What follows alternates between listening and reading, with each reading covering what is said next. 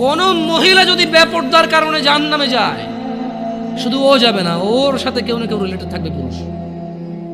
Could be father, বাপ হইতে পারে, বড় ভাই হইতে পারে, তারপর হচ্ছে স্বামী হতে পারে।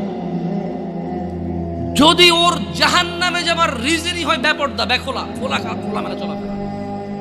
মানুষ হাজার রিজনে জাহান্নামে যেতে পারে, আল্লাহ সবাইকে ক্ষমা করুন এবং হিদায়াত দান করুন, আমিন। হাজারটা রিজন আছে জাহান্নামে যাওয়ার, কিন্তু যদি কোনো মহিলা, এমন মহিলা যার বড় ভাই আছে, যার বাপ আছে, যার স্বামী আছে, আর ওদের থাকা অবস্থায় তার এমন একটা অন্যায়ের কারণে তার জাহান্নাম হয়েছে, যে অন্যটা হচ্ছে তার কি খোলামেলা চলাফেরা, তার জানাবা বিচারে চলাফেরা, তার বেপরদা অশ্লীল চলাফেরা, তাহলে ওই মহিলা একা জাহান্নামে যাবে না, সঙ্গে কাউকে নিয়ে যাবে। এবার যে লোকটা সংশ্লিষ্ট সময়ে দায়িত্ববান ছিল সে যাবে সঙ্গে।